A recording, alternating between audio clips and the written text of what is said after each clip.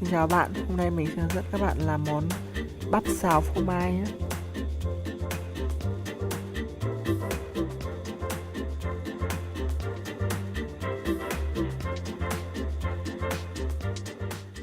Đầu tiên là mình sử dụng hai cái bắp ngô ngọt này, mình tách hạt nó ra nhé.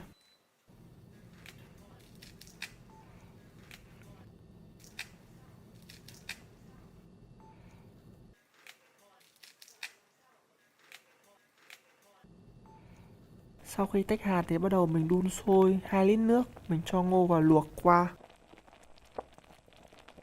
Mình luộc trong vòng từ 5 đến 7 phút nhé, để cho cái hạt ngô nó căng mọng ra này. Sau khi hạt ngô đã được thì bắt đầu mình vớt ra. Bây giờ mình sẽ tiến hành xào ngô nhé. Mình cho 20g bơ vào. Sau khi bơ gần cháy hết thì mình cho vào 10g đầu hành trắng vào để phi thơm lên nhé. Bây giờ mình đổ phần ngô hạt đã luộc vào. Mình xào sơ qua khoảng từ 5 đến 7 phút.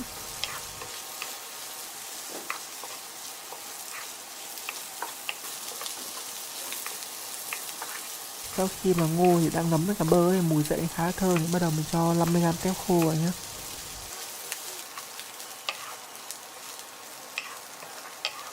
Mình nêm thêm 1/2 thìa canh đường, 1/2 thìa canh nước mắm này.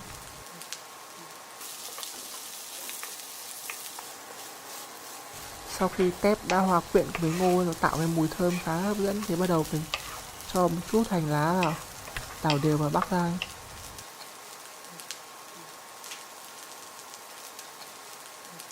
Bây giờ mình sẽ khoét cái phần lõi của chiếc bánh mì này nhá, xong bắt đầu mình dồn cái bắp vào.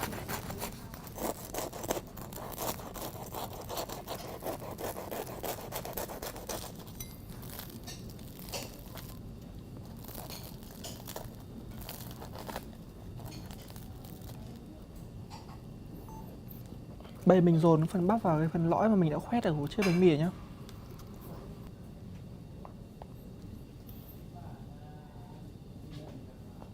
Bây giờ mình rắc thêm một cái lớp phô mai nữa lên trên của cái bánh này nhé.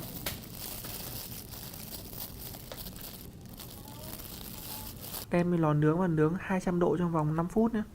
Thành phẩm của mình đây các bạn ơi, nhìn trông khá là hấp dẫn. Cái vị phô mai nó quyện ở phía trên, ăn nó rất là béo vậy.